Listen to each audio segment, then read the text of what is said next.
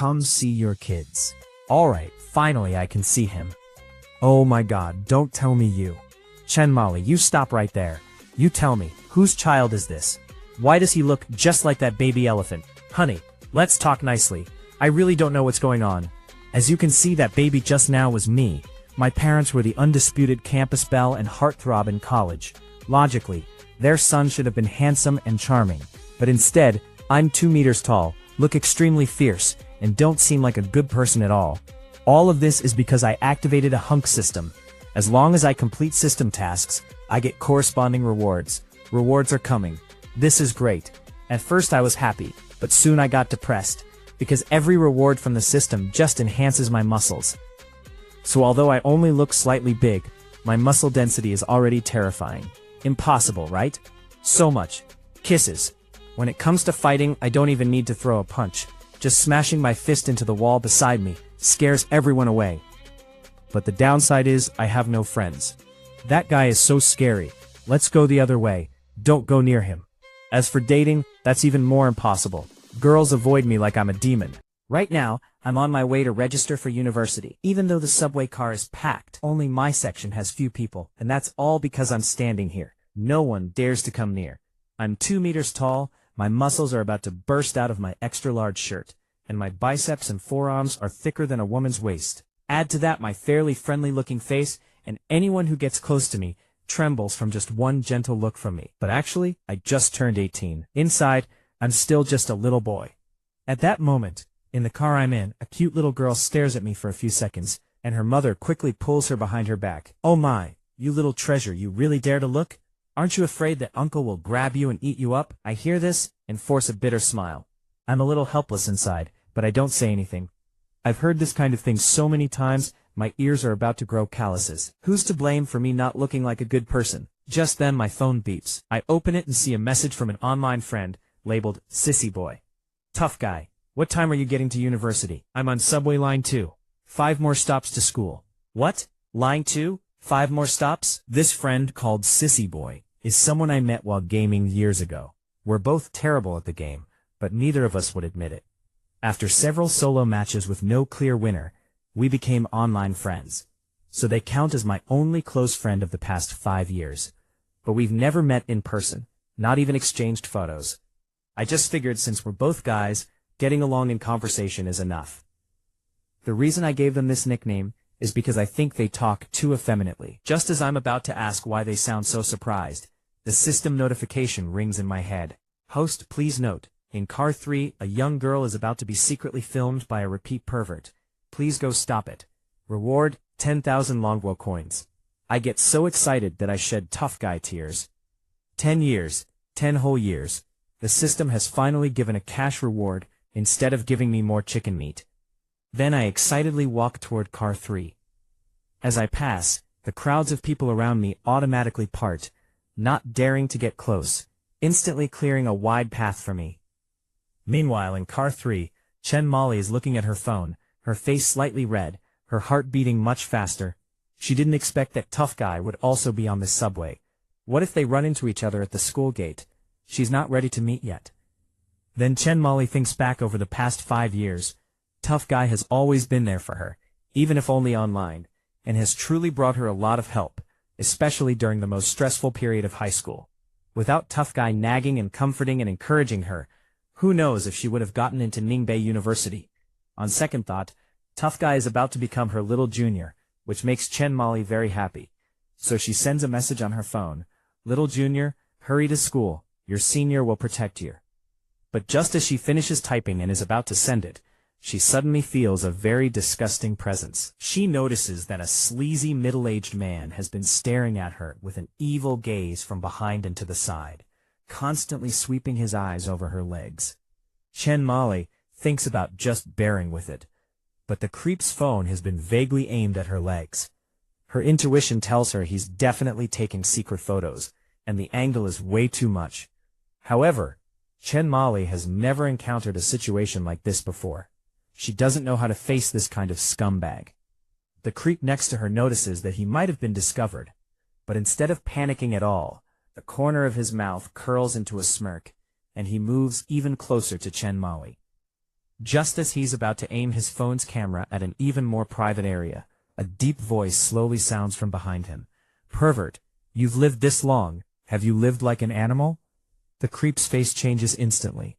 With lightning speed, he presses the lock button on his phone and smoothly shoves it into his pocket. The motion is very fluid. He's clearly a repeat offender. Then the creep starts defending himself without turning his head, saying that without evidence, I shouldn't falsely accuse him. He's been through this before. Even if someone asks him to hand over his phone, he's not worried, because he has another phone hidden in his pocket. Just as he's about to pull out this trick of substituting one thing for another, the next moment, he flies into the air. I pick him up like a chick. As the train pulls into the station, I throw him out of the car. The creep lands on the platform floor, wincing in pain. He tries to get up and curse at me, but when he sees me clearly, 2 meters tall, fierce eyes, terrifying face, the next second he instinctively starts begging for mercy. He's terrified. He thinks some hitman has mistaken him for someone and come to kill him. Then he suddenly shudders and faints dead away on the spot. The scene goes completely silent. Every passenger stares at me in shock. Then a voice as quiet as a mosquito sounds behind me. Thank you. Are you hurt?" Just as I've dealt with the pervert who is secretly filming the girl and am about to leave, 2 subway security guards stop me. They see my size and freeze on the spot, instinctively assuming that this fierce giant was bullying the middle-aged man. But they don't dare to touch me either. Just as I'm about to explain, a girl's figure steps in front of me. Don't misunderstand. That creep was secretly filming me on the subway, and this big guy stepped in to help me and threw him off the train. It's Chen Molly. She hesitates for several seconds, then gathers the courage to stand in front of me like a human-shaped bear, blocking the judgmental looks from others. This feels strange to me, because it's the first time someone has stood in front of me. Then, while Chen Molly is explaining what happened to the security guards, I turn and quietly slip away. When Chen Molly snaps back to reality, she finds that I'm already gone. She had mustered the courage to properly thank me, but she didn't expect that big bear to have left on his own. Later, when I arrive at the gate of Ningbei University, many seniors are there welcoming new students. Especially those good-looking and sweet-faced juniors are extra popular. But the moment I step onto campus, the entire place goes silent. Everyone's eyes show terror. The 2 security guards at the gate also notice something unusual. They follow the crowd's gaze and shudder. What do we do? What can we do? Get your weapon ready. Facing the pressure of losing their jobs, the 2 guards force themselves to walk over and loudly warn me that this is a university and outside people are not allowed to enter casually. I look at them and notice that although their expressions are fierce, their legs are trembling from time to time. I shake my head helplessly. I'm already used to this kind of misunderstanding, so I tell them that I'm a student here, but the 2 guards don't believe me at all. They say outright that I look like a fierce fugitive on the run, and if they let a violent criminal like me onto campus, a tragedy would surely happen. Hearing this, I don't waste words. I just take out my acceptance letter. The 2 guards stare at it, dumbfounded. Now they have to believe that this muscular tough guy is only 18 years old and a freshman at Ningbei University. Then they apologize and let me go, but I haven't walked far when I stop, because I forgot to ask where the freshman registration office is. Just as I turn to ask the 2 guards, they both run back into their guard booth and hide, not daring to look at me. Right then, a breathless, graceful figure runs up from behind. "Why are you walking so fast? I couldn't catch up with you." Before I can speak, her eyes land directly on the acceptance letter in my hand. She pauses, then formally says, "Let me introduce myself. My name is Chen Molly. I'm a sophomore at Ningbei University. Thank you very much for what you did on the subway today. So let me show you to freshman registration." I'm stunned. I didn't expect that this senior's name is exactly the same as my mother's, but I don't say what I'm thinking. I just agree to let her guide me. On the way to the freshman registration office, I look at the girl in front of me and feel a bit surprised. Normally, after someone sees me once, they rarely come near me again, but this girl isn't afraid of me at all. Along the way, many people recognize this campus beauty and want to say hello, but when they see that a bear-like giant is following her, they quickly withdraw their attention. After all, they're just college students. Where would they have seen anyone with such a terrifying aura like mine? When we reach the door of the registration office, Chen Molly tells me that once I go in, there will be a teacher to receive me. I nod. Then Chen Molly says sincerely, "Thank you. If you hadn't stepped in today, some disgusting videos might have appeared online in a few days." Even though she's already out of danger, thinking about what happens still makes her heart race. She's heard of several incidents like that. In the end, those girls either got depression or dropped out and moved to another city. Then Chen Molly seems to think of something and says, "Lu Ran, let me borrow your phone for a second." During our earlier conversation, she learned my name. Without thinking much, I hand her my phone. Chen Molly takes it, dials a phone number, then returns it. "That's my phone number and also my social account. If you don't understand anything at school in the future, you can ask me anytime." I nod on the surface, but inside I don't take it seriously. I've never liked bothering others. Then I walk into the registration office. Chen Molly blinks her pretty eyes, feeling a bit odd. It's been a long time since a guy ignored her like this. This big bear really is unusual. Then she shakes her head and heads toward the girls' dormitory. After I finish my freshman registration, I arrive at my double dormitory, but I came later. When my roommate sees my face, he's shocked and barely dares to breathe.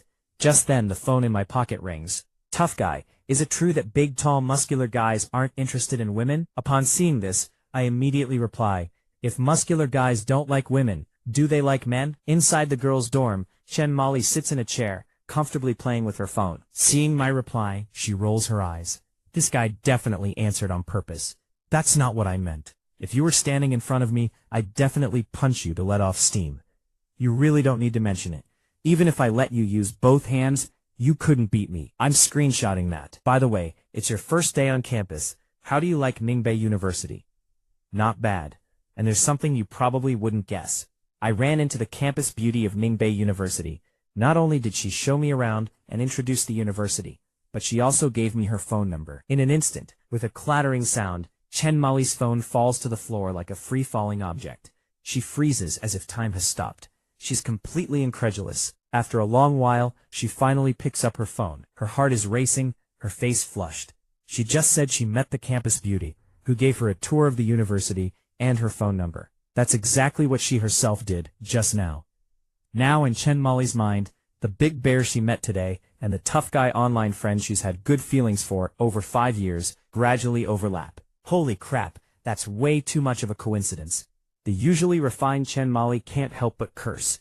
After sorting out her thoughts, she arrives at a fact. The Lu Ran who saved her on the subway is most likely the same super tough guy she's known online for years. She used to think he was bragging. 2 meters tall, can kill an ox with his bare hands. Now she realizes he really wasn't lying. Then Chen Molly kisses her own excited, trembling little hands, and quickly types a line with a mischievous smile. Really? The campus beauty? Our campus beauty is very aloof. Why would she bother with you? Believe it or not. Anyway, I've already been exposed on the campus forum. Looks like I'm about to go viral. What? The campus forum? Chen Molly quickly opens the website and finds a post titled, "Beauty and the Beast."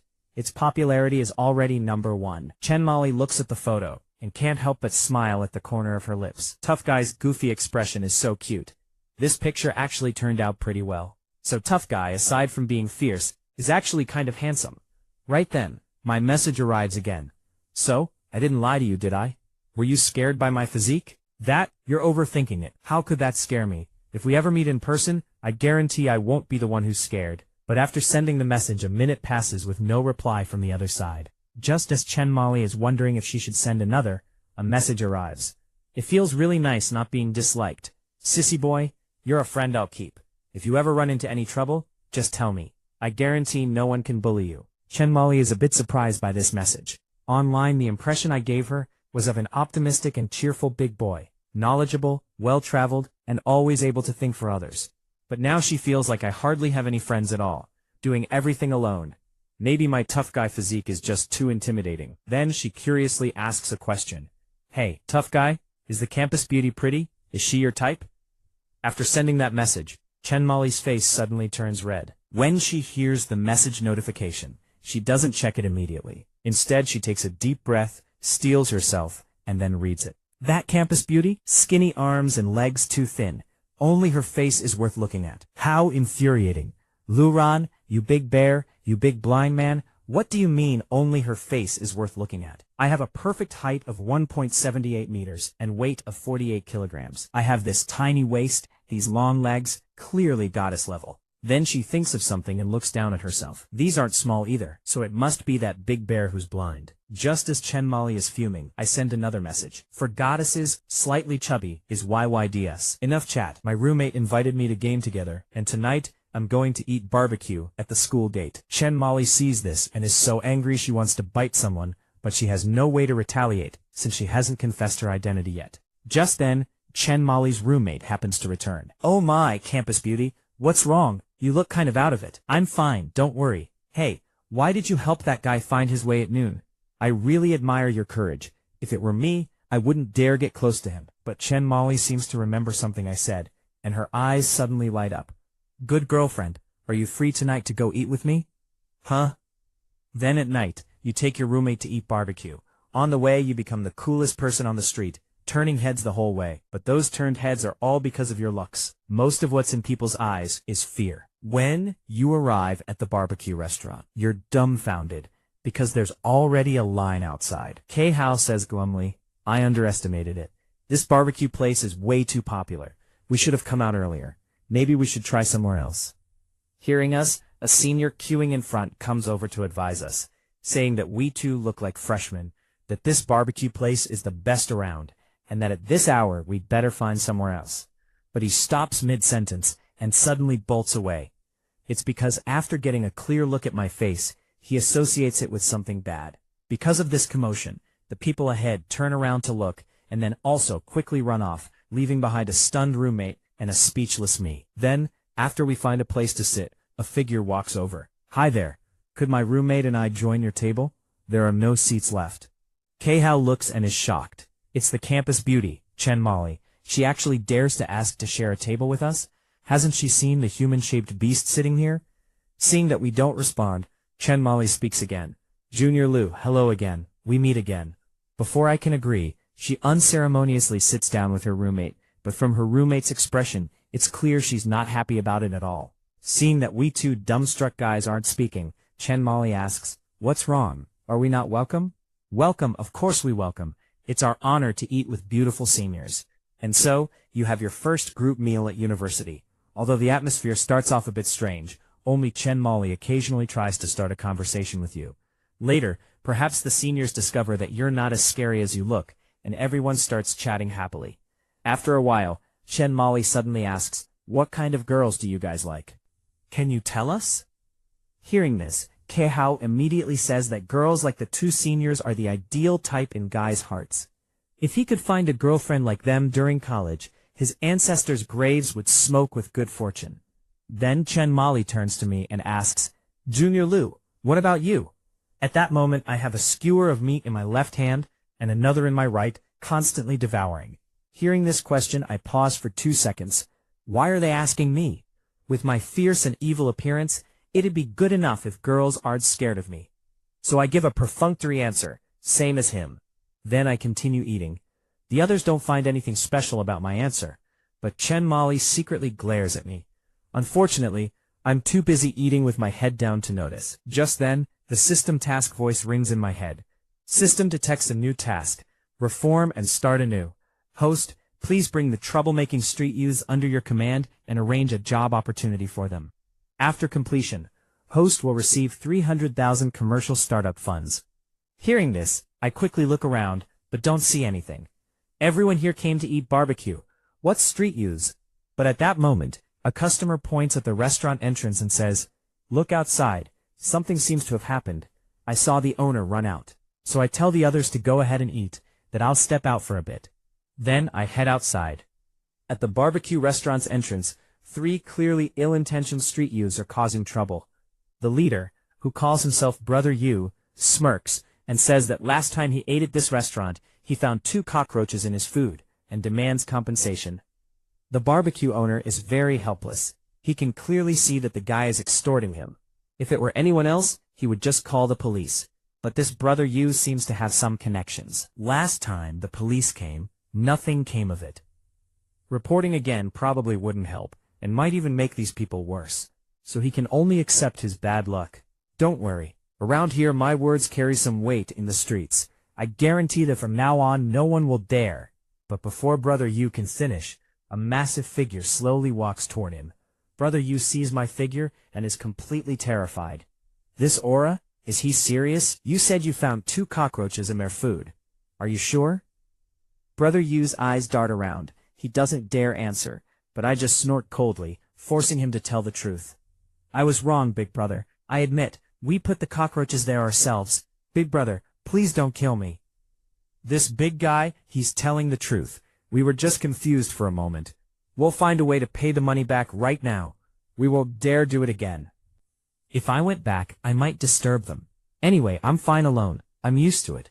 So I might as well go out for a walk, just to see the area around the university. But I haven't walked far when a graceful figure comes up beside me. Junior Lou, why aren't you going back to eat barbecue? Senior, why are you here? I ask surprised.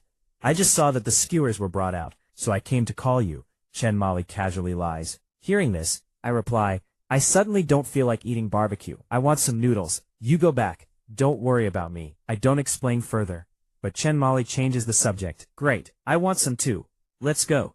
I'm a bit confused. For some reason, I feel like this beautiful campus beauty I met today is a little strange. Somehow, I feel a sense of familiarity. I instinctively want to refuse, but in the end, I agree. 10 minutes later, we arrive in a small noodle shop. It's not big, and since it's almost past the meal rush, there aren't many customers. Chen Molly finds an empty seat and sits down with me. I look at her strangely. We've only known each other for a day, yet I feel like this senior has known me for a long time. After eating a few big mouthfuls, I take out my phone, think for a moment, and open the chat with Sissy Boy. Sissy Boy, are you busy? At the same time, Chen Molly feels her pocket vibrate, and sees me playing with my phone. After finishing my noodles, she seems to understand something, and quietly takes out her phone. Sure enough, it's the message I sent her. Aren't you always saying you understand girls? If 2 people have only known each other for 1 day, and the girl treats the guy to a meal, and keeps secretly glancing at him while eating, what's up with that girl? Seeing this message, Chen Molly's hand holding the phone trembles slightly. A blush instantly appears on her face. This stinky guy has such good eyesight. I only secretly looked at him a few times, and he noticed. But now the problem is, how should she reply? After thinking for a full 10 seconds, Chen Molly finally answers. If that's the case, then that girl definitely likes that guy, or she wants to chase him. As Chen Molly sends this message, her heart is pounding like a little deer, and she can't help but secretly look at me to see how I'll react. As a result, I just smear and start typing again. Were you reading a novel or something? Love at first sight? A sissy boy's understanding is always effeminate. Your answer is definitely wrong. Don't you think maybe that girl is plotting something against the guy? What? This big bear's way of thinking is a bit unusual. What could I possibly be plotting against you?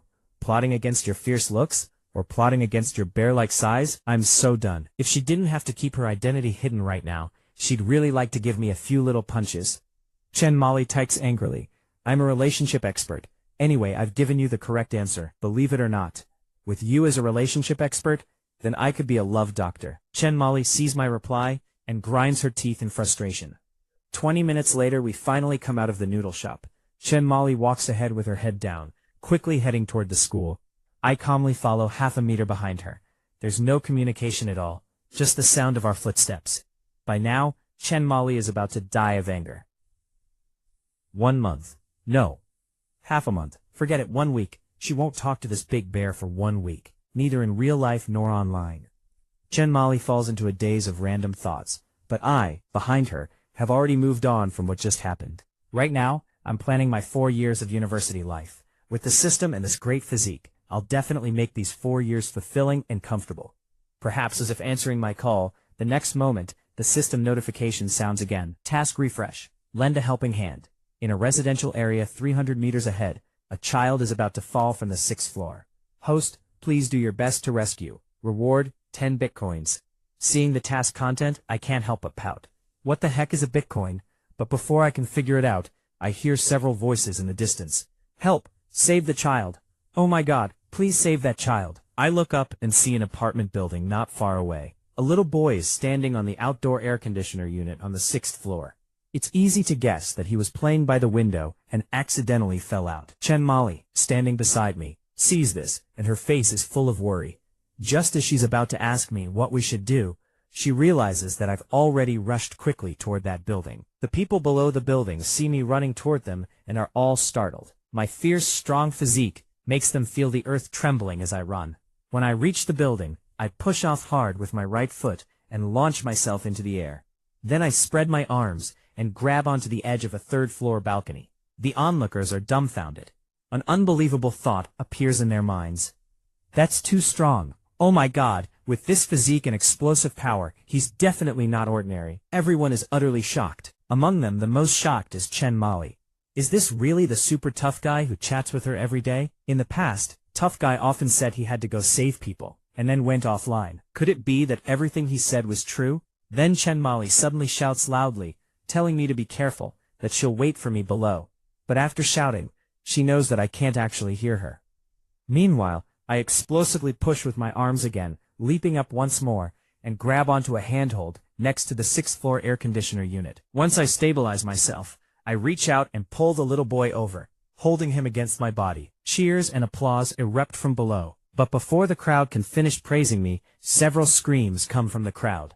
Chen Molly is so scared, she closes her eyes, because right then, perhaps due to the building's aging walls, the handhold breaks off in my hands. This means 2 people are about to fall. Many children and women dare not look anymore. In that moment, no one notices that my eyes show not a trace of panic. A few seconds later, with a loud bang, I land back first on a Mercedes-Benz sedan. Chen Molly looks on, her face full of despair. But the next second, everyone is stunned. As the dust clears, the 2-meter-tall figure walks out, holding the little boy. Then I calmly say that the child should be fine, and that I'll be going now. As I say this, I grab the equally dumbfounded Chen Molly and quickly leave with lightning speed. By the time everyone reacts, I've already vanished. Then, holding Chen Molly's hand, I jog several hundred meters, until Chen Molly's breathing becomes more rapid. Only then does she stop and ask in confusion, "Why are you running? We did a good deed. Why are we acting like thieves?" But I explain, "Sure, we saved the person, but who's going to pay for the damages afterward?" Still not reassured, I continue pulling Chen Molly toward the school. Chen Molly doesn't understand what I'm thinking, but soon her gaze fixes on the big claw that's holding her small hand. Now that he mentions it, tough guy's hands are so warm. If held like this in winter, it would definitely be warmer than a hand warmer. After walking a bit further, I finally explained to Chen Molly, at least 3 air conditioner units were broken, and the Mercedes I landed on cost at least over $1 million. The repairs alone could cost me my life. So if we don't run, we'll be stuck paying. But she says, "But we saved the child. You're still too young. One day you'll experience the dark side of society, then you'll understand." "Oh, you know so much, you're a year younger than me." Then she asks with concern whether I need to go to the hospital. After all, falling from that height, even if I look fine on the outside, maybe internal organs or bones are injured. But I calmly say I'm fine, that I've been through even more dangerous things. Chen Molly glances at me and mutters under her breath, "Braggart." She can't imagine anything more dangerous than falling from a 6th-floor building. I smile and don't explain further. After more than 10 minutes, we walk back to campus together. Chen Molly reluctantly says goodbye, telling me to rest well and that if I feel unwell, she'll take me to the hospital. I wave my hand and turn to leave without a trace of reluctance. This makes Chen Molly's proud, spoiled feelings rise again. Bad bear. Don't most guys at least walk a girl to her dorm building? Am I really that unattractive? I'm the campus beauty, for crying out loud. Can't he stay a little longer? Then, walking toward the girls' dorm, Chen Molly takes out her phone and sends a message. "Tough guy, did anything interesting happen at dinner tonight?" "You tell me." "Actually, yes. Today I saved a little boy. The scene, if I told you, you definitely wouldn't believe it." "Go ahead, I believe you." "Sissy Boy, have you taken the wrong medicine today?" Later, when I return to my dorm room, my roommate K-How is still pulling an all-nighter gaming. When he sees me, he quickly asks, "Brother Lou, the barbecue just came out and you left. Then the campus beauty left right after you. Don't tell me you two were together." I casually reply, "Yes, I even held the campus beauty's hand for the whole walk." But K-How, hearing my offhand remark, immediately looks very skeptical. "You're joking with me, right? I can believe that you went out with the campus beauty, but holding hands the whole time? No way." K-How pauses, then continues, "Brother Lou, you haven't even been on campus for a full day yet. You don't know. That campus beauty Chen is the most beautiful and aloof girl at Ningbei University. In the past year alone, she's rejected who knows how many suitors. I'm a bit puzzled. Aloof? That word doesn't fit Chen Molly at all. But I can't be bothered to think too much about it, because after this system upgrade, my goal is to make more money. As for a girlfriend, that would only slow down my money-making speed. Anyway, with my physique and appearance, probably no one would like someone like me. Then I turn on my computer, type in a web address, and look at a certain data point. Bitcoin holdings, 10 coins. That's the reward from tonight's task, 10 bitcoins. But I don't have time to deal with it now, because military training starts tomorrow. I can think about other things after training is over. Early the next day, all the university freshmen gather on the school's sports field. On the platform, several school leaders waste a full 20 minutes with nonsense before finally announcing the end and revealing the first military training task, a hiking exercise. Their training location isn't at Ningbei University, but rather a military camp about 15 kilometers south of the university. For the next 2 weeks, 14 days in total, the freshmen will spend their time there. Right now, their task is to hike 15 kilometers to reach that camp. As soon as this is announced, there's a loud buzz of discussion. Kei Hao immediately complains, "Brother Du, don't you think the school is insane, starting military training like this? What's next?" But I'm unfazed. 15 kilometers? The system's daily routine runs are at least 20 kilometers. I've long adapted. 3 minutes later, all freshmen are forced to get ready. By class, they set off together toward the camp. A long line of students walks out of Ningbei University. On both sides of the line are support personnel from the army. Along the 15-kilometer road, several temporary medical points have been set up. Individual instructors supervise and urge each class forward. In the first half hour, the pace is decent. But after an hour, some freshmen clearly struggling. Most young people today are pampered or stay home all the time. This amount of exercise is a nightmare for them. Just then, the system voice sounds in my mind. Task refresh. Help heatstroke victims move to temporary medical points. Task completion reward. 10,000 coins per person helped. No upper limit. Seeing the system's task, my eyes light up. Helping one person gets me 10,000. If I help 100, that's 1,000,000 in cash. Right then, a cry of alarm comes from ahead. Someone fainted. Quick, someone come take a look. I look up and see a girl at the front of the class lying on the ground. The new students around her are all startled, not knowing what to do. The next second, a large figure appears in front of the heatstroke victim. The classmates see this figure, and their hair stands on end. They immediately recognize me. Without a word, I pick up the girl and quickly leave. When I reach the temporary medical point, I lay the girl on a cot. Seeing this, the medic suggests I rest a bit too and take some heatstroke medicine. But I wave my hand, saying I don't need it, and walk away without looking back. Later, when we arrive at the military training camp, I do the math. Today I've already carried more than 20 people. Over 200,000 in rewards just like that. Just as I'm feeling pleased, a striking figure appears not far away. It's Chen Molly. She's holding an iced milk tea and walks up to me. I'm stunned. I don't know what this campus beauty is up to again. Seeing my expression, Chen Molly says with a smile, "Junior Liu, I heard that along the way, you saved quite a few heatstroke female classmates. So I hope you'll accept my gift." What strikes me as very strange is that when Chen Molly says female classmates, she deliberately puts extra emphasis on the word. I'm about to refuse, but there are many eyes watching from the shadows, so I can only steel myself and take the milk tea. Then Chen Molly blinks and says, "Can you drink it all right now? I want to watch you finish it before I leave. After all, this is my heartfelt gift, you know." I figure I'm thirsty anyway, so I don't refuse. I take a big sip and swallow. But the next second, my eyes widen and my whole body shudders. Sour. Too sour. It's sour to the extreme. Is this milk tea? Isn't this pure lemon juice? Chen Molly holds back a laugh and asks, "What's wrong, Junior Liu? Don't you like lemon milk tea?" I question suspiciously, "Isn't this a little too sour?" But Chen Molly just smiles and says she probably forgot to add sugar.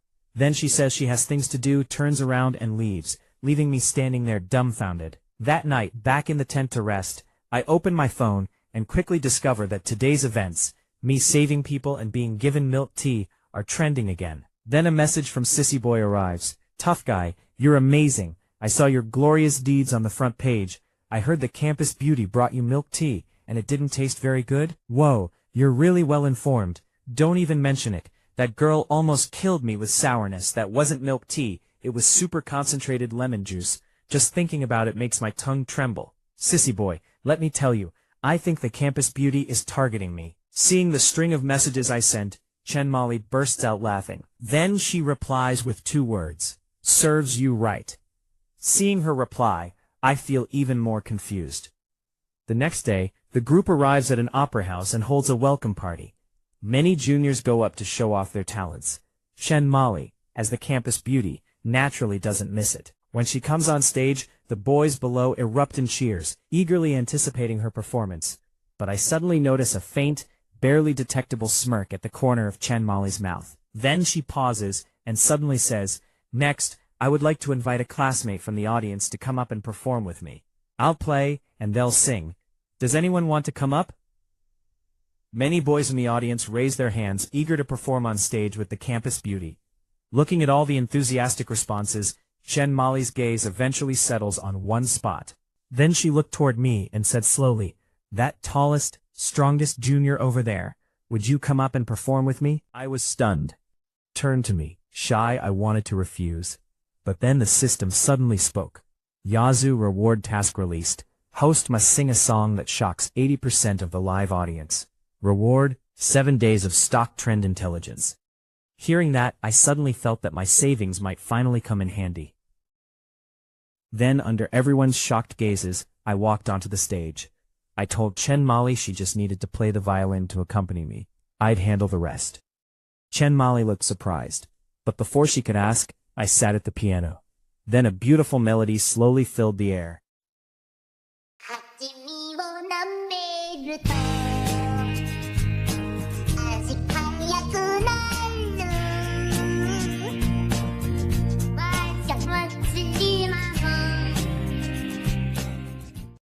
When the performance ended, Chen Molly was stunned. The audience was stunned too. They never expected that this fierce-looking giant could have such a special side. A few seconds later, Chen Molly started clapping. The other students snapped out of it and joined in. I scratched my head, feeling embarrassed. Back at the tent that night, a message from Sissy Boy arrived. "Hey Hunk, you're on the school forum again. I didn't know you had that talent. From now on call me Treasure Hunk. I know too many things, just low-key." You're floating after just a little praise? By the way, want to meet up in a few days? My treat for a nice meal. I invited him because we'd known each other online for 5 years, and now that we were so close, it felt wrong not to meet. But about a minute passed with no reply. That felt strange. Then my phone vibrated. I quickly opened it. "Sorry, I went to the bathroom." "Sure, we can meet. I'll probably be back at university next month. Some family stuff this month, so I'm still out of town." Ah, that explains why he only sees my updates on the forum. Then I remembered something and sent him the 7-day stock trend info from the system reward. I typed, "Sissy Boy, don't say I'm not a good friend. If you trust me, follow this. I guarantee you'll thank me soon." After sending that, I started studying this invaluable stock market intel. Chen Molly, confused, called her dad. "Oh, my precious daughter, not asleep yet? What's up?" "Dad, you make it sound like I never call you." "Just joking. What is it?" "Nothing much. I'll send you something. Look at it when you have time. By the way, is our company's problem solved?" "Don't worry, sweetheart. It'll be solved soon. You just focus on your studies. Dad will handle the company." Then, probably not to worry her, her dad chatted a bit more and hung up. Meanwhile, I had just left my tent to go to the woods, when I noticed a huge dark shadow in the distance. Sensing something wrong, I followed it. Getting closer, I saw it was an adult black bear. Chen Molly, lost in thought, had fallen asleep, unaware that a terrifying beast, just as the bear was about to pounce on the tent. Next second, what was that sound? The bear stood up, eyes full of rage, and lunged at me.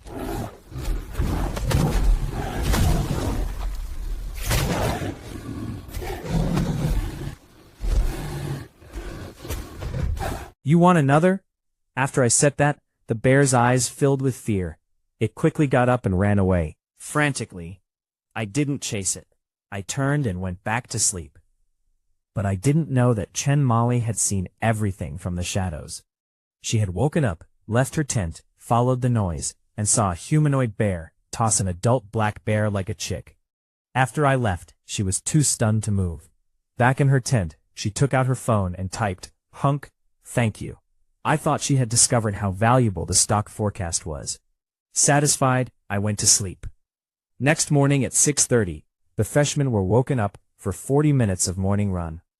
I wanted to ask for half a day off to go to the stock exchange.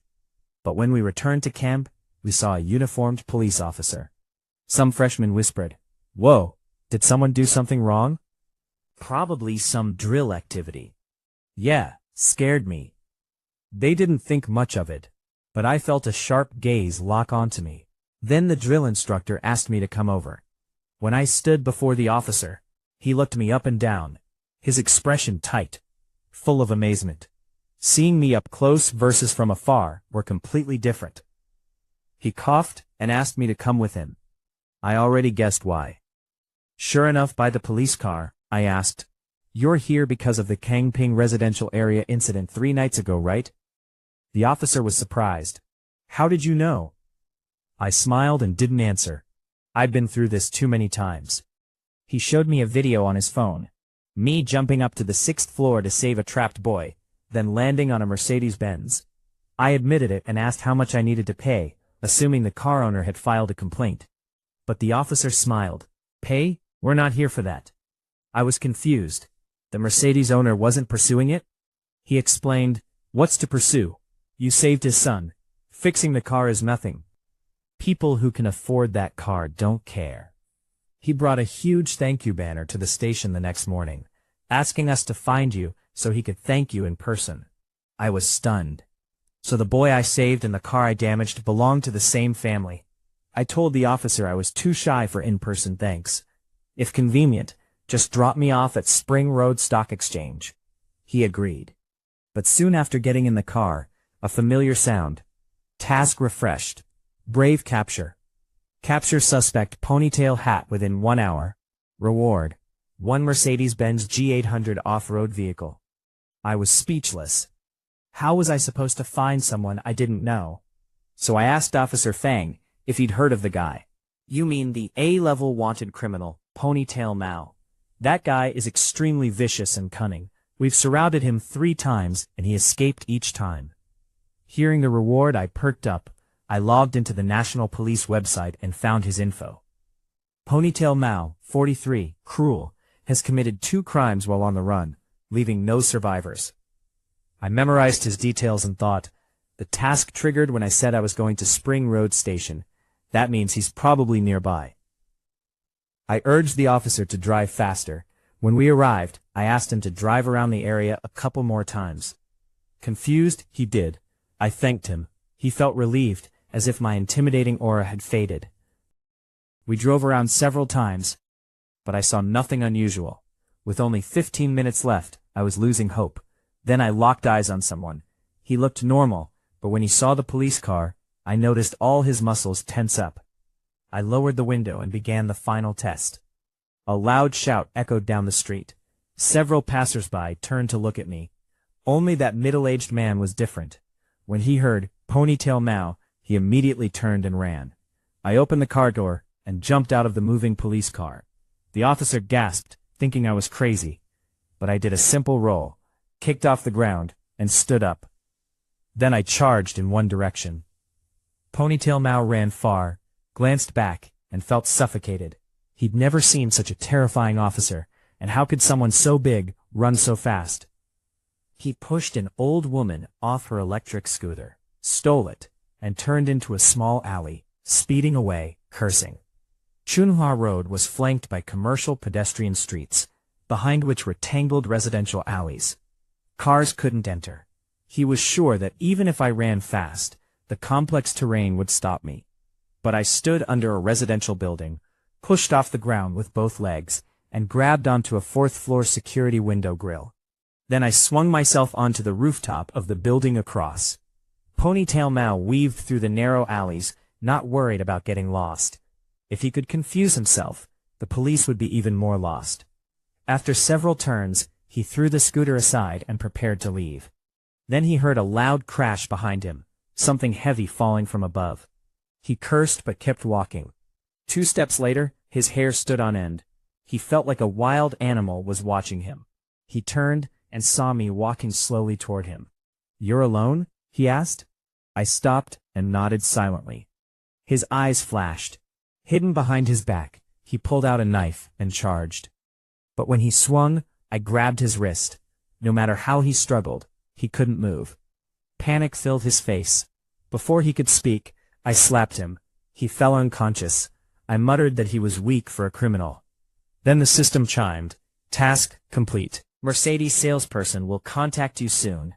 I smiled, dragged Ponytail Mao toward the street, and found Officer Fang anxiously calling for backup. Then he heard my voice behind him. He turned, dumbfounded. I was holding the unconscious A-level fugitive. How did you catch him?" he asked. I briefly explained. He was even more amazed. Then he said I needed to make a statement. I agreed but asked to go to the stock exchange first. Without waiting for a reply, I dragged the fugitive toward the exchange.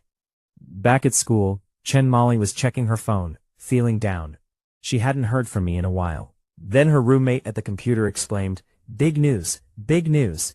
Chen Molly wasn't interested, until her roommate said, "Lu Ran was taken away by police from the campsite this morning." A scream echoed from the female dormitory. Chen Molly rushed out, found a quiet corner, hesitated, then dialed a number. A mature woman's voice answered, "What is it? I'm busy." Chen Molly nervously asked her mom to look into. Her mom's voice rose. "A guy? Taken by police? You're not dating some shady character, are you?" Chen Molly quickly explained, calming her down. At the Ningbo Police Bureau, Chen Malian sat in the Criminal Investigation Unit captain's office, frowning. After her daughter's call, she checked and found an officer had indeed gone to the camp that morning. She drove there and learned from Officer Fang an astonishing truth. The fugitive she'd chased many times, Ma Wei Mao, had been caught by an 18-year-old college student. She asked his name. Officer Fang said, "My name." Chen Malian was stunned. She'd misjudged me, thought I was some delinquent.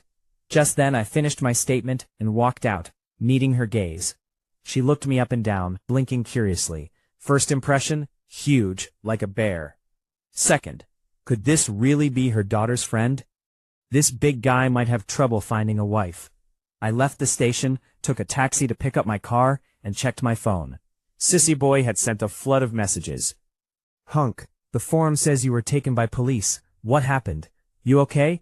I asked someone I know at the station. You out yet? Answer me." Feeling warm inside, I replied, "Don't worry." On my way to pick up my car now.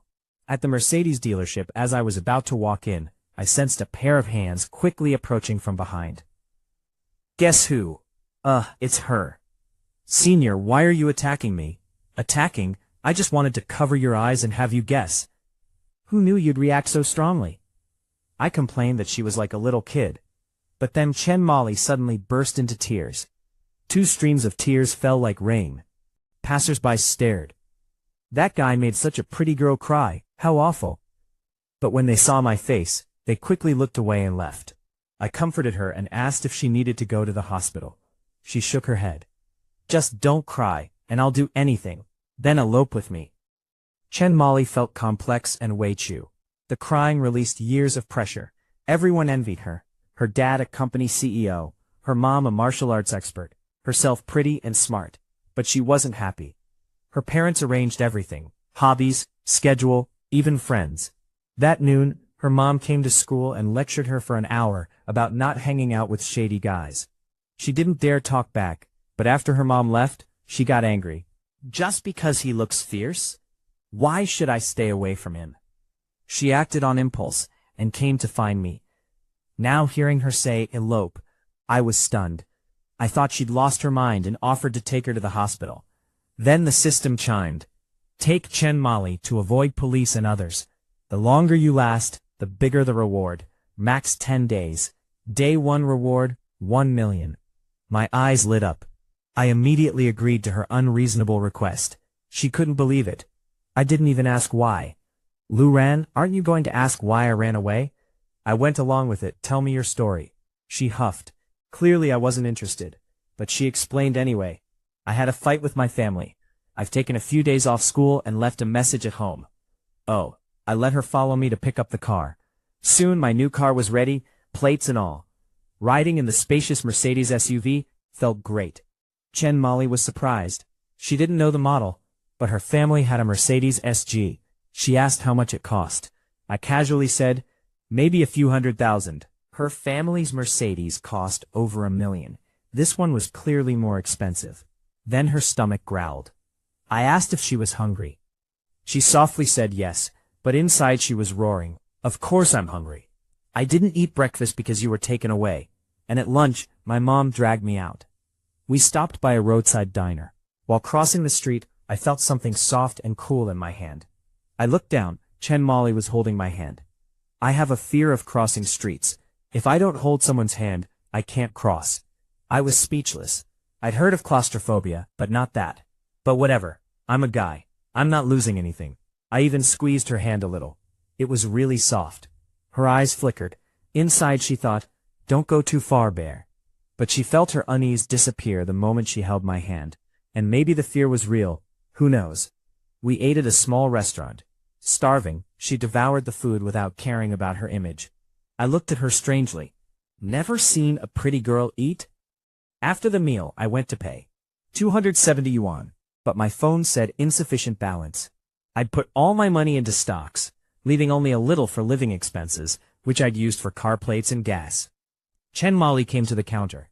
I'll pay. All expenses are on me for these few days. I agreed reluctantly. Then she grabbed my hand and dragged me toward a movie theater. She seemed so different from the aloof beauty my roommates described. She seemed almost clingy. Inside the theater, the movie was boring. She fed me popcorn. Don't just watch, eat. We can't waste it. The atmosphere shifted. I grabbed a handful of popcorn and stuffed it in my mouth, pretending to focus on the movie. She secretly smiled. So this is another side of the big bear. Cute. A few minutes later she leaned closer. Junior, I fed you. Shouldn't you feed me? I nodded and even boasted that I could shoot popcorn into her mouth from 10 meters away. She was speechless.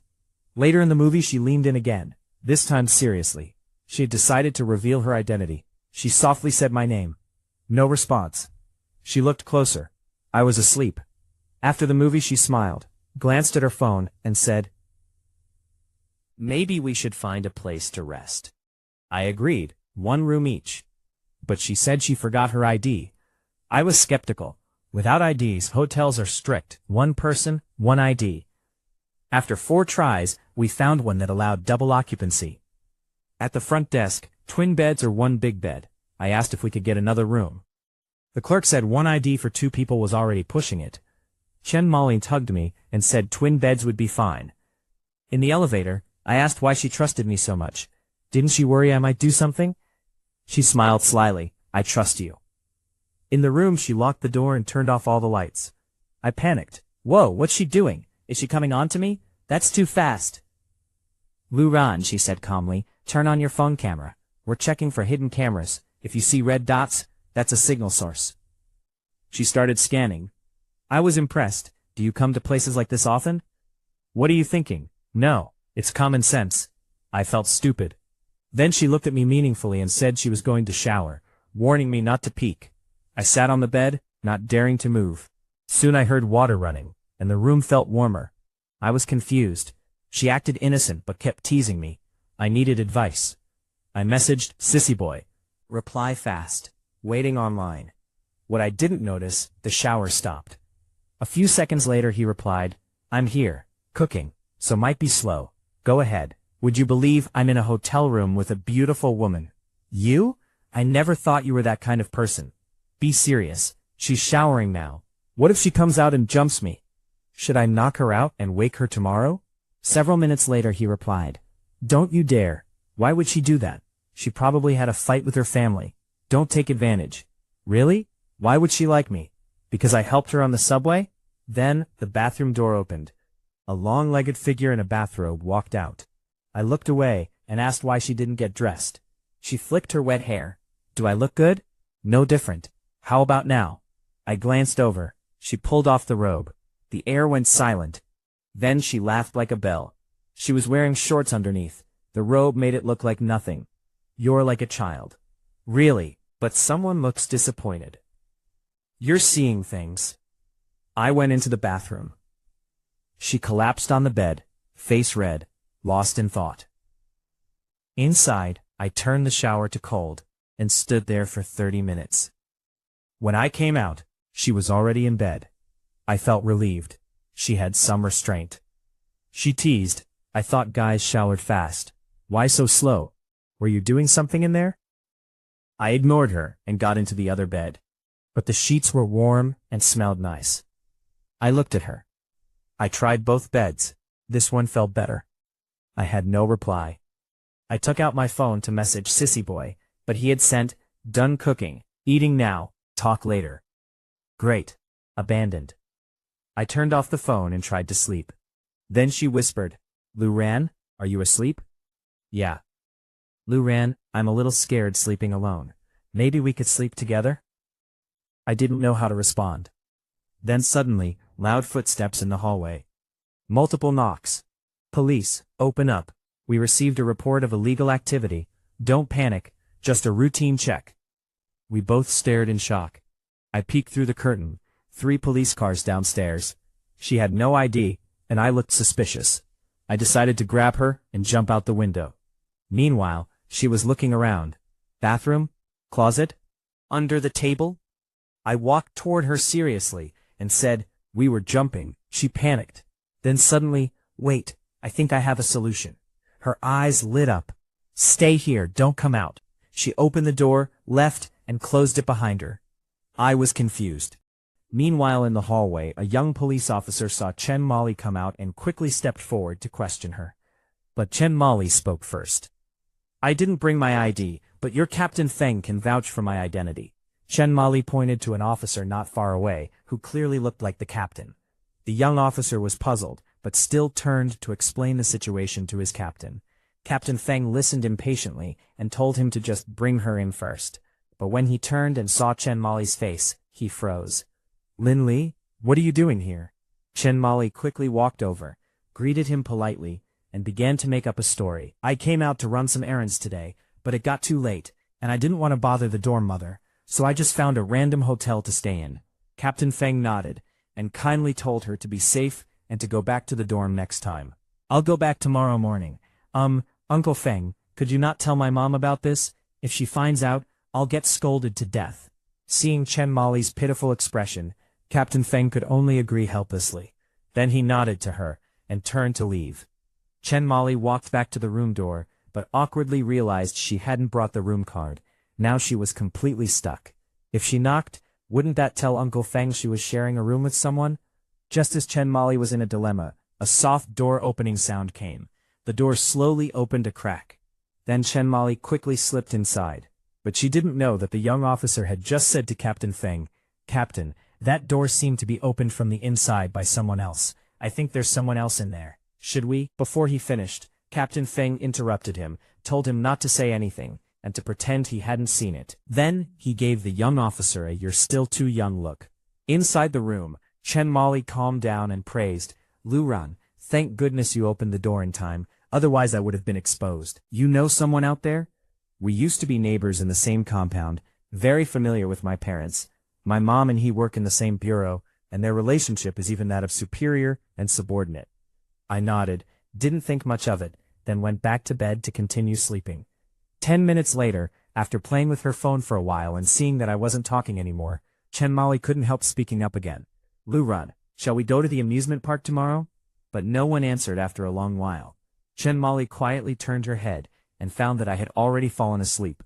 Then she sat up angrily, took an eyebrow pencil out of her bag, and slowly approached me. 15 minutes later, Chen Molly returned to her own bed with satisfaction.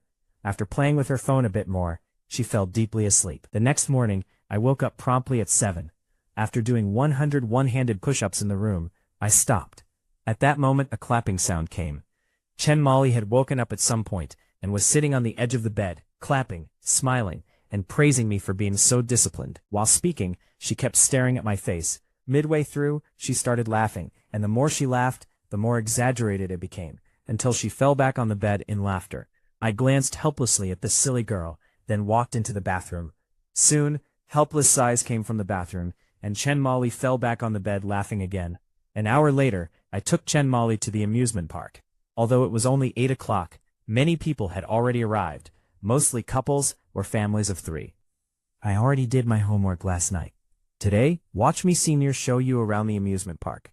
Looking at the lively amusement park, I was in a good mood too. It had been at least 6 or 7 years since my last visit. Then the two of us began our amusement park trip. Chen Molly deliberately chose some thrilling rides, wanting to see if I would be scared, but I was completely calm the whole time, leaving her frightened by the exciting rides. After 2 rides, while resting, I put the first day's Great Escape reward of 1 million yuan, which had arrived early that morning, entirely into the stock market. Then I started calculating the gains after 7 days. Just then, Chen Molly took my hand again, and excitedly said she wanted to go to the haunted house. She thought maybe that would scare me. She was determined to find something that scared me. When we got to the haunted house, I saw a huge skull from afar. The skull's mouth was the entrance, and on the skull's forehead were written the words "Ghost in." The staff member quickly explained the precautions, and then signaled that we could enter. After I pulled Chen Molly into the entrance, the surrounding lights disappeared. Screams echoed in the darkness, causing Chen Molly to cling to my arm. I comforted her. "Don't be nervous. It hasn't even started yet, and there aren't any real ghosts in a haunted house." Then I led Chen Molly in front, while she followed behind with her head down.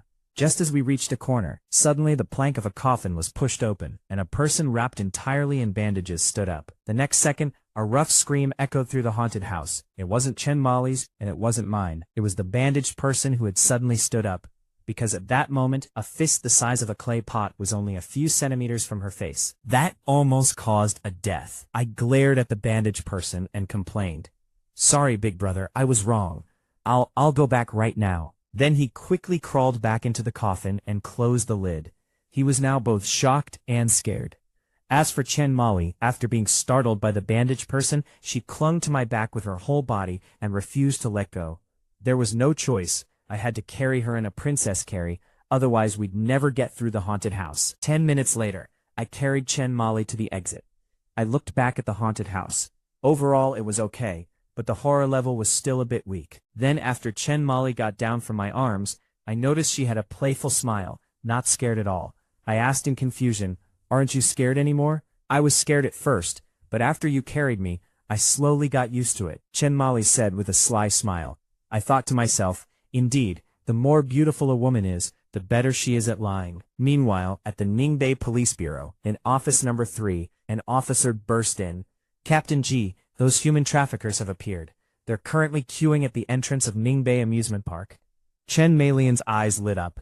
She slammed the table and immediately ordered all team members to move out and head to the amusement park. At that time, Chen Molly dragged me to play 3 more rides. Finally, she was tired and hungry.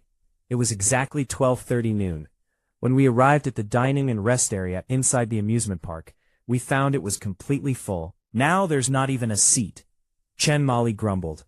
"You can go play 2 more rides. After the meal rush, there will be seats," I said teasingly. "Then I'll starve to death," Chen Molly complained. I couldn't help but retort, "Then just eat somewhere else, no?"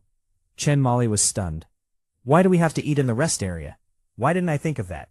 It's definitely not because I'm not smart. I was just too happy today and forgot." Then, enlightened, Chen Molly bought 2 burgers and 2 cups of milk tea, and found a lunch spot she was very satisfied with. A bench by the lake next to the central pavilion of the amusement park. At this time, most people were eating, so there weren't many by the lake. Occasionally some people pushed strollers or couples strolled by. When I took the milk tea, I hesitated and asked if it was proper milk tea. Chen Molly assured me with a playful smile. "This time it's definitely proper. If you don't believe me, I'll take a sip of yours first." Hearing her say that, I knew the milk tea was fine. Then we opened our sets and chatted while eating. Chen Molly occasionally took out her phone and snapped a few photos, saying she wanted to keep them as souvenirs. After all, it was her first time at an amusement park. I just focused on eating and didn't stop her. Just then, a familiar voice sounded in my mind. "Task refreshed. Catch them all. Capture all 5 human traffickers. Task completion reward, 1 cashback card. Trafficker action countdown, 30 seconds, start." After hearing that, I stood up instantly. Ignoring Chen Molly's puzzled look, I began scanning the surroundings. The countdown in my mind was down to just over 10 seconds. Since the system prompted this, it was very likely that this event would happen near me. Soon my gaze locked onto a middle-aged man around 50 years old, pushing a stroller. I narrowed my eyes and saw a young man suddenly appear from behind a tree, then quickly rush toward the middle-aged man pushing the stroller. Then the young man snatched the middle-aged man's phone and ran off. The middle-aged man wanted to chase him but looked anxiously at the stroller he was holding. Chen Molly was dumbfounded. She never imagined she would witness a robbery in person. Then she suggested going over to help, but I told her not to rush and to wait and see. Just then a fashionable young woman quickly walked up to the middle-aged man. "Uncle, you go chase the robber. I'll watch the kid for you." "Thank you so much, miss. Wait for me," the middle-aged man said and immediately ran off after the phone snatcher without a second thought. Chen Molly remarked, "There really are a lot of good people in the world." But the next second the young woman who had offered to help, seeing the middle-aged man chase far away, quickly pushed the stroller in the opposite direction. Chen Molly was stunned. She finally realized this was also a human trafficker. A minute later the woman pushed the stroller to a pavilion. Inside the pavilion were two men. One of them was the young man who had snatched the phone. The other, a scar-faced man, urged them to hurry up. The other accomplices were already waiting at the entrance. But just as he finished speaking, the baby in the stroller began to cry. The woman was about to cover the baby's mouth, when suddenly a voice came. "Sorry, I'll take this child." The woman turned and saw a tall, fierce figure approaching slowly. The two accomplices were also terrified. After regaining their composure, the trafficker named Lao Jiao said viciously, "You guys take the child and meet up with Lao Qian. I'll hold him off." Then he pulled a folding knife from his pocket. Seeing the knife, Chen Molly's face was full of worry. "Lu Ran, what do we do? We don't have any weapons." But I said calmly, "Don't worry. To me that's just a toy knife." Chen Molly frowned. That didn't seem right, because the blade was glinting coldly. But just as she was wondering, my figure suddenly charged forward. Lao Jiao instinctively swung the knife, but as soon as his hand lifted, a slap hit his face. His entire body was flung away, and after hitting the ground, he fell unconscious. The female trafficker was dumbfounded. She looked at me, then immediately made a decision. "Big brother, how about we give you the child and you let us go, okay?" Then Chen Molly stepped forward and took the stroller. As I was about to grab the other two as well, two police officers rushed from different directions. "Police, don't move. Put your hands up." The female trafficker and her accomplice looked ashen. They quickly raised their hands and squatted on the ground. But the two officers did not relax at all, because in their eyes, I also seemed like an extremely dangerous target. Just as I was thinking about how to explain, Lu Ran and Yan Yan and Captain Huang and Fang Jun's voices sounded simultaneously. Everyone on the scene was stunned. Uncle Feng walked up to us and asked, frowning, "What are you two doing here?" Chen Molly recounted the whole incident clearly.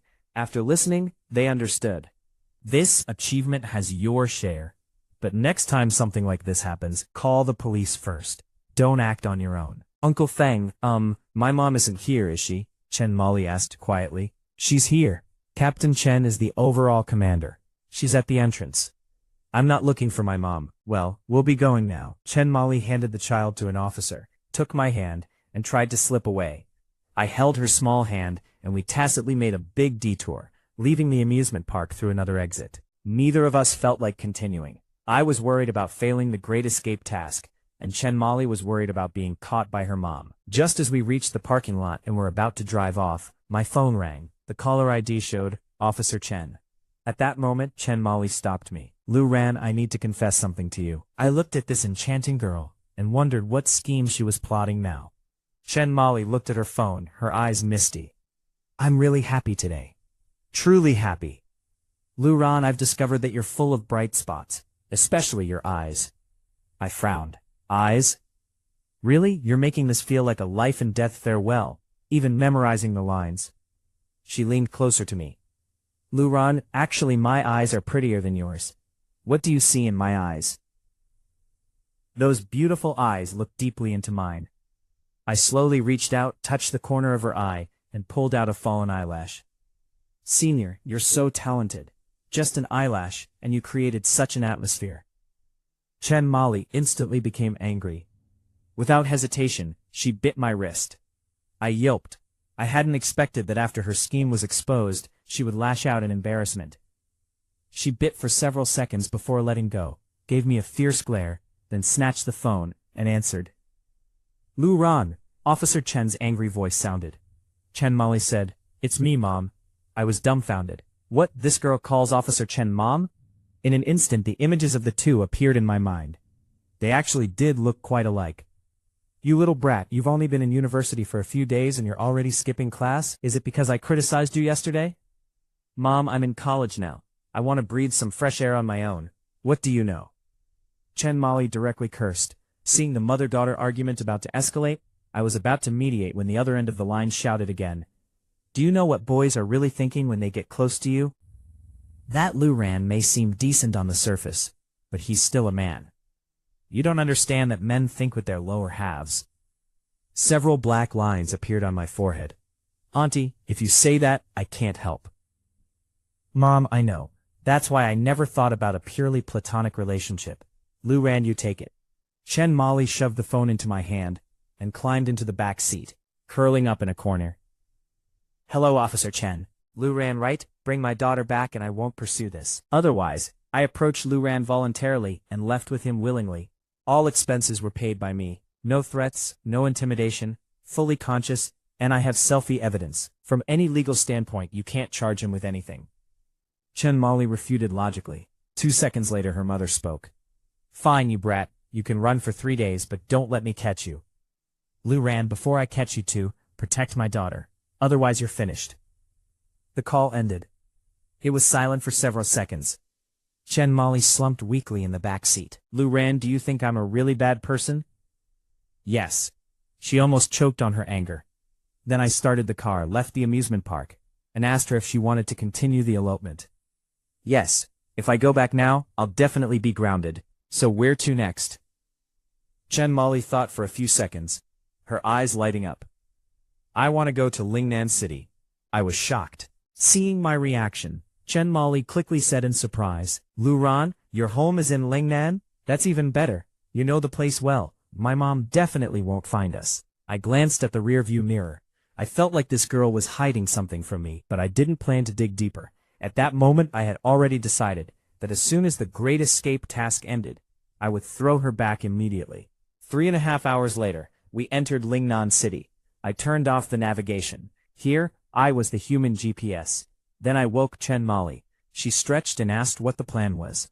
I said we'd eat first, then find a hotel for her. What about you? Where will you stay? I'll go home. I'm in Lingnan, so why wouldn't I go home? You want me to stay at a hotel with you? Why not?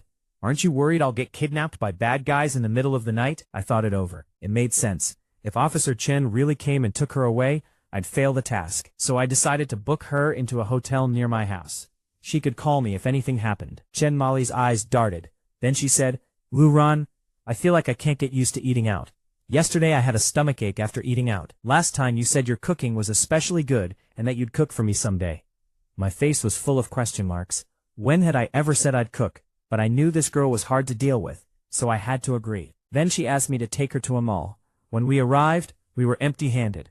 Half an hour later when we came out, I had 3 big bags in my left hand and 4 in my right, looking utterly bewildered. Belt, lipstick, cosmetics, lighter, wallet. One shopping trip cost at least 20,000 yuan. Senior, why did you buy all this random stuff? For your parents? She smiled faintly, something like that. When a vegetable-selling auntie saw me and shouted, it was like poking a hornet's nest. Chen Molly was dumbfounded. She never imagined that I, with my fierce appearance, would be so popular in the wet market. But she frowned slightly. Why did everyone assume she was my cousin or something? Why didn't anyone mistake her for my girlfriend? She squinted, seized the moment, stepped forward, and tried to hold my big arm. But I somehow dodged and told her to mind her image. These were neighbors. She shouldn't make them misunderstand. Chen Molly almost wanted to bite me again. Buying vegetables took nearly 20 minutes. Chen Molly just stared with wide eyes the whole time, unable to help. This bargaining and selecting process was beyond her knowledge. 3 minutes later, the car stopped in front of an ordinary residential building. She carefully observed the surroundings. 6 floors, no elevator. The greenery was naturally grown willow and poplar trees. Under the shade, old folks chatted cheerfully. Such a warm scene was something she would never see in her own gated community. When she got out of the car, she turned and grabbed several gift bags from the back seat. I then realized those were greeting gifts for my parents. I didn't refuse and turned toward the building. Chen Molly was a bit angry. After 30 seconds, she had only walked 10 meters and was already slightly out of breath. She regretted it. How was she supposed to carry these things this high? I shook my head, walked over, and told her to raise her hands. She glanced at me secretly, her eyes showing happiness, and raised her hands with effort. But I said that palms weren't good for carrying, elbows were stronger. I told her to hang the bags on her elbows. Then I took my own bags and walked into the building. Chen Molly was speechless and shouted. She began to regret not having agreed to it the first time. But carrying things with elbows was indeed easier, though she only made it 2.5 floors. On the upper floors, I didn't make things difficult for her anymore. I carried all the bags up. Chen Molly smirked. No matter what, the first step, entering the house, was finally achieved. I took out my keys and opened the door. There was still more than an hour before my parents came back from work. Enough time to make dinner. I told Chen Molly to make herself at home while I cooked. Then I took the ingredients and went into the kitchen. Chen Molly asked where the bathroom was. She had sweated a lot climbing the stairs and wanted to shower. Without looking back, I told her the innermost room was mine, with a bathroom, and towels were in the cabinet. Chen Molly acknowledged and began curiously looking around the room. The furniture wasn't new, but it was orderly. The floors and desk were clean. Then she walked toward the innermost room. She was really looking forward to what this big bear's room would look like. She thought it must be a total mess, but when she opened the door, she was surprised. Books of all kinds were neatly arranged on the bookshelf. Small tools on the desk were in storage boxes. The most eye-catching was the over 2-meter-long bed with pale blue sheets and comforter. Not a single wrinkle. She could faintly smell that big bear scent. Chen Molly got a little excited, wanting to jump on the bed and roll around, but feeling the sticky sweat on her skin, she decided to shower first. Then she could really enjoy the sheets. 20 minutes later, busy in the kitchen, I had already finished 3 dishes, 2 more dishes and a soup, and it would be done. At that moment, a soft voice came from the kitchen door. I turned around. She was making that kind of tone. I always felt like nothing good was coming. Chen Molly was wearing my clothes. She was in an oversized t-shirt. Her perfect proportions were completely hidden. Only a little of her long legs showed. Great. So my clothes didn't need washing if she used them? Chen Molly explained that her dress was short, she hadn't brought extra clothes, and if she washed them, she'd have nothing to change into. I couldn't find a reason to argue. It kinda made sense, so I asked her to help wash vegetables. Chen Molly confidently agreed, but a minute later, a plate fell to the ground and shattered. Sorry. I used too much dish soap, and my hand slipped. I widened my eyes. Senior, say that again. How did you wash the cabbage? With dish soap. I rubbed each leaf clean. Stop. Do you know the main ingredients of dish soap are this and that? You're not here to help. You're here to commit murder. I didn't know. Fine. Can you at least wash the dishes? I pointed to some dirty bowls. No problem. I'll be careful. 1 minute later, a small bowl shattered again. I was completely speechless. I told her to go sit on the living room couch and wait for dinner. Soon, tempting aromas drifted out of the kitchen. Just then, the sound of a key turning came from the front door. Chen Molly's heart jumped. Lu Ran's parents had come back half an hour earlier than he said, and she was still wearing his clothes. If they saw this, it would be so awkward. She wanted to run back to his room, but it was too late. This familiar smell. Honey, it must be Lu Ran cooking. That kid, he didn't even tell us he was back. The next moment, 6 eyes met. Honey, did we go to the wrong house? My mom looked around in surprise, but she checked the shoe cabinet, the living room, the TV, the sofa. No? This was their home. My dad said they hadn't made a mistake. Then my mom asked, puzzled, and, Miss, you are? Chen Molly's heart was pounding wildly. Very nervous. Hello, Auntie. Hello, Uncle. She was about to say, I'm Lu Ran's classmate. But then her eyes shifted, and she changed it.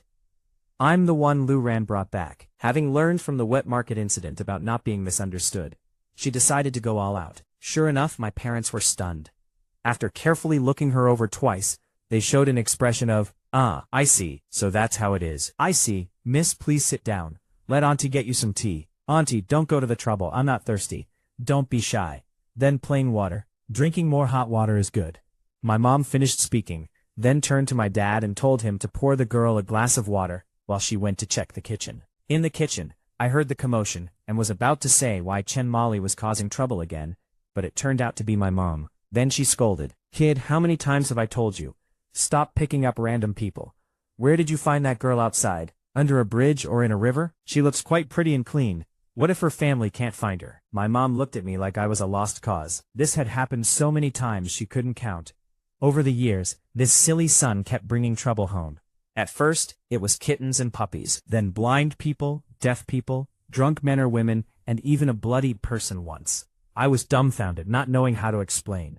Was I supposed to say I skipped class and eloped with a senior while hiding from her parents? If I said that, I'd definitely get beaten.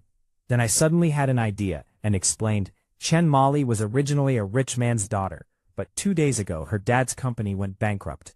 Her mom was so angry, she divorced him. Then neither of them wanted her. They gave her some money and disappeared. That day, I saw her crying at the school gate from morning till night. I was worried she might do something stupid, so I brought her back to cheer her up. My mom listened, veins bulging with anger. She felt the parents were truly irresponsible, and Chen Molly was really pitiful. Then I told my mom that the pile of gifts at the door was the girl's greeting gift for them. Those were good things, and the new black Mercedes downstairs was hers, so she could accept them without worry. She wasn't short on money.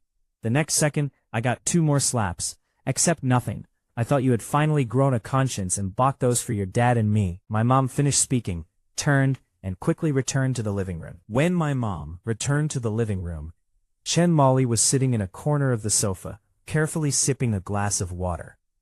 She was surprised by my mom's exceptionally gentle and kind eyes and tone.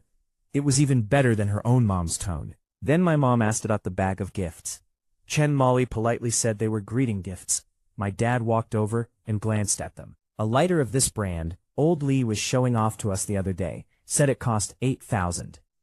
I suggested that Chen Molly return them. The gifts weren't necessary. Forget the gifts. In the future you're always welcome, but don't bring any of those things. Uncle, Auntie, I already bought them. I'm definitely not returning them. Please accept them. No, miss. Take them back for your parents. My mom then yelled at my dad, don't talk nonsense. Her parents just divorced and abandoned her. Why are you bringing that up? My dad looked confused. Then, to change the subject, my mom verbally agreed to accept Chen Molly's gifts. After I finished cooking, the family sat together. Chen Molly eagerly took a bite of meat. Soft, sweet, melts in the mouth. She was amazed at how well I cooked. Watching this girl eat, her face full of happiness, my mom sighed to herself. How heartless must her parents be to abandon such a beautiful and well-behaved girl? She decided to have her son find out more.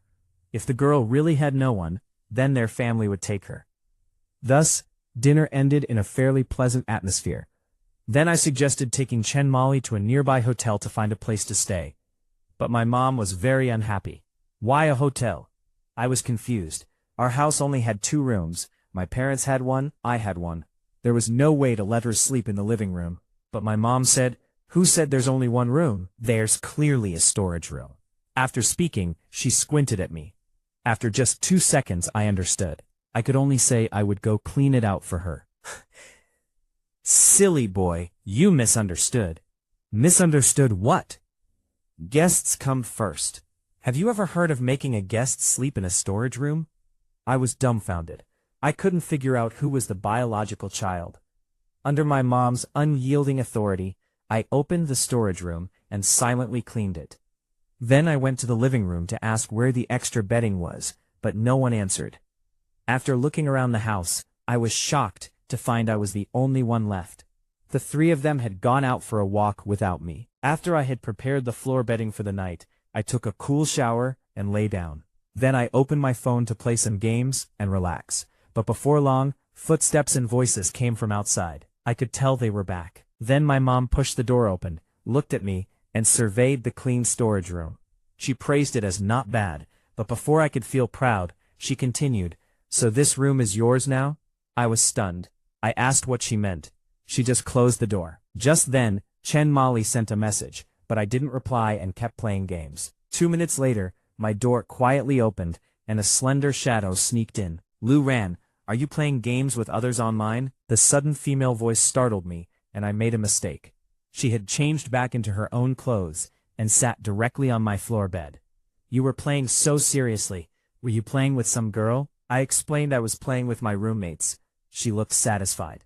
Then she asked curiously why my parents were so nice to her. Chen Molly nodded, not disgusted, and then said something unexpected. Luran, how about I sleep here tonight too? I was speechless. The sheets and comforter in her room were brand new. Why sleep on the floor? But Chen Molly smiled and said she had never slept on the floor before. so this floor bed felt more comfortable. With that, she lay down. I asked her again to confirm. She said she wasn't joking. Then I told her to lie down properly on the bed. Now she was stunned. After recovering, she blinked. Then how should I lie down? What position? I told her to lie straight. Chen Molly gritted her teeth, hesitated for a second, then did as I said, lying straight. Her face had turned red. The next second she was completely wrapped up in the floor bedding. Luren, put me down. What are you doing? Without saying much, I walked to my original room, placed the floor bedding burrito containing Chen Molly on the floor, took the sheets and comforter from the bed, and as I left, I told her that since she liked the floor bed, she could have it. Then I closed the door and quickly returned to my storage room, locking the door behind me. In my original room, Chen Molly angrily threw her phone on the floor bed. What's wrong? Did that brat bully you? My mom's concerned voice came from outside the door. Chen Molly took 2 deep breaths and said it was nothing. Then she lay back down on the floor bed. She didn't move back to the bed. She thought sleeping on the floor once in a while was a new experience. Besides, it was in the Big Bear's room. The next day at 6:30 I woke up on time, went downstairs, and started my 100-kilometer morning run. After Chen Molly woke up, my mom called her to eat. When I got home, my mom ordered me to take Chen Molly to the local scenic spot, Cloud White Mountain, and to climb to the top. She also told us, when you get to the top, make sure to visit the temple and pray. So I drove Chen Molly to Cloud White Mountain. At the foot, Chen Molly was amazed by the towering peaks. Then we began our climb. But halfway up, Chen Molly couldn't go on. I had no choice but to carry her on my back, all the way to the top. When we reached the Matchmaker Temple, it was already 1:30 p.m. Chen Molly pulled me straight toward the main hall. I was confused. Who was she so eager to pray for a match for? Chen Molly glared at me and left a sentence. I'm praying for myself. At a small stall, Chen Molly asked about the prices of red plaques and love locks. The stall owner said red plaques were 21 yuan each. Love locks came in 2 types, cheap ones, 25 yuan each, and expensive ones, 50 yuan each. Chen Molly immediately asked for 2 red plaques and 10 of the expensive love locks. The stall owner's eyes widened. I was also confused. Why buy so many? Chen Molly said proudly that she just wanted to buy them. She had too much money to spend. I was speechless. Rich girl with money to burn, nothing I could do. After paying with her phone, Chen Molly handed me 1 red plaque. These red plaques are for blessings. I heard from people around that the Matchmaker Temple on Cloud White Mountain is very accurate. Carve auntie and uncle's names on it and offer a blessing. At least then the climb won't be wasted.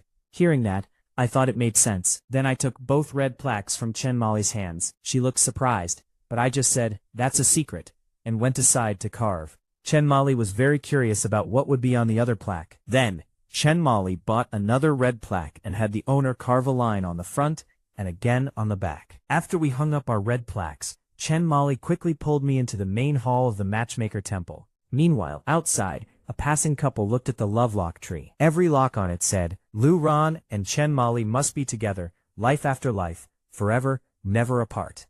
10 locks, 10 lifetimes. That's awesome. Honey, I'm jealous. I want 10 locks too. Inside the Matchmaker Temple, Chen Molly didn't know what was happening outside. After entering, she knelt before every statue, sincerely praying for this good match. I stood nearby, bored, scrolling through my phone. Then Chen Molly pulled me to the main deity of the Matchmaker Temple. Lu Ran, let's pray together. Praying in front of the matchmaker must be more effective than the red plaques and love locks outside, right? Hearing that, I thought it made sense. I had written a red plaque, so praying too was reasonable. But why did we have to pray together to the matchmaker? Couldn't we pray one by one? Before I could figure it out, Chen Molly forcefully pulled me down onto the kneeling cushion. With a thud, she knelt first. Since it had come to this, I knelt down too. We put our palms together, thought of our own blessings, and bowed. However, I was thinking of my parents, while Chen Molly, in addition to her parents, was also thinking of our relationship. I got up after 1 bow, but beside me, Chen Molly kowtowed 3 times. I was stunned. That was too devout. I asked curiously, doesn't it hurt? Not at all.